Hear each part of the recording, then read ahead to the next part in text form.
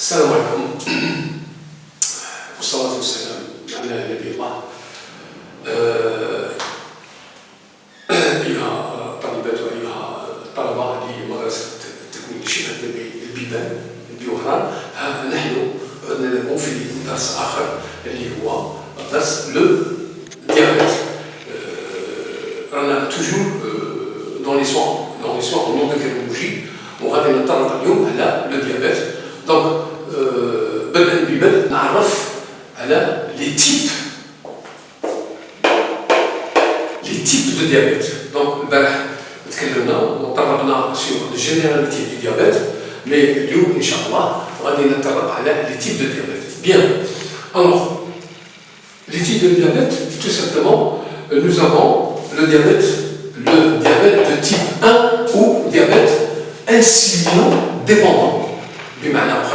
C'est-à-dire que il est dépendant de l'insuline, c'est-à-dire le traitement c'est la base d'insuline, d'injection d'insuline. Alors, dans la population active, on dit toujours les statistiques, il y a entre 10 et 15%.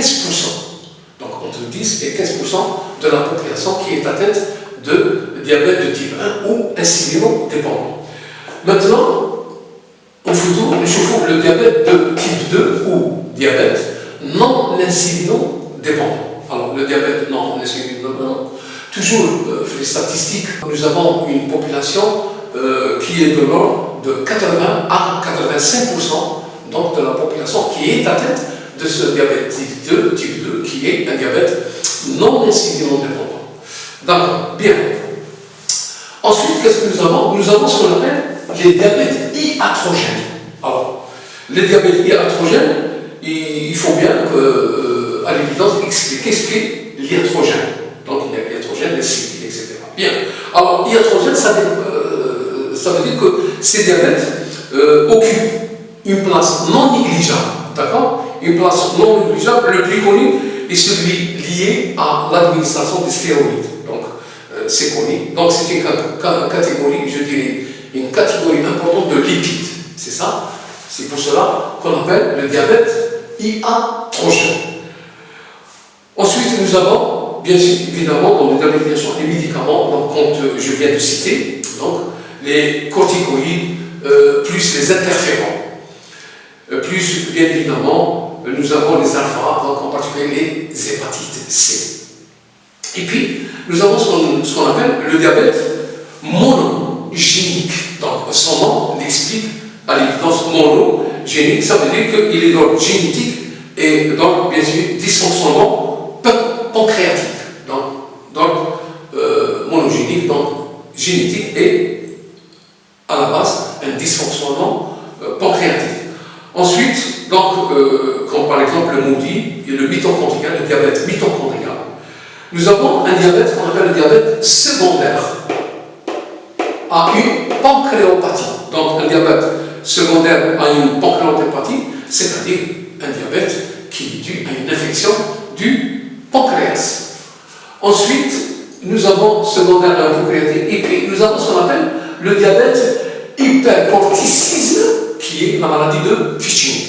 Donc, la maladie de Cushing, ou appelée communément le syndrome de Cushing, c'est-à-dire c'est une anomalie clinique à l'évidence secondaire à l'élévation chronique de la cortisone, c'est-à-dire des autres corticostéroïdes. Donc, il y a ce qu'on appelle une élévation ou une augmentation, bien évidemment, chronique de cette cortisone. Ensuite, nous avons ce qu'on appelle le diabète secondaire à une infection, secondaire à une infection.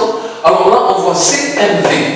Alors, CMV, on voit Coxsackie B et on voit rubéole congénitale. Alors, c'est quoi CMV? CMV, c'est tout simplement, c'est une infection virale qui est due au c'est un virus qu'on appelle le cytomégalovirus. Donc, ce cytomégalovirus donc, est un genre de virus responsable d'affection, tout simplement. Et nous avons le Coxsackie B. Pourquoi? Parce qu'il y a une typologie croissante des Coxsackie, d'accord? Et là, en on va parler d'un entérovirus. Donc, un entérovirus qui contient en même temps le poliovirus. Donc, c'est une famille des viridae, des polyviridae. Là, on va passer à, bien sûr, la rubiole, qu'on appelle la rubiole congénitale, et à l'évidence, ces infections donc, sont dues aussi, bien évidemment, à d'autres infections, en particulier qui on a dans la rubiole congénitale. Maintenant, on va passer au diabète gestationnel. Donc, c'est un diabète qui est connu. On parle souvent du diabète gestationnel de la femme enceinte. Donc, dans la femme enceinte. Et par conséquent, on voit si ce diabète il est donc auto-immune, c'est-à-dire que quand on parle de maladie auto-immune, c'est-à-dire que des anticorps donc, qui se rabattent sur elles-mêmes. Donc, on parle d'anticorps-anticorps. D'accord? C'est pour cela qu'on parle de maladie auto-immune. Donc, c'est un diabète de la femme enceinte.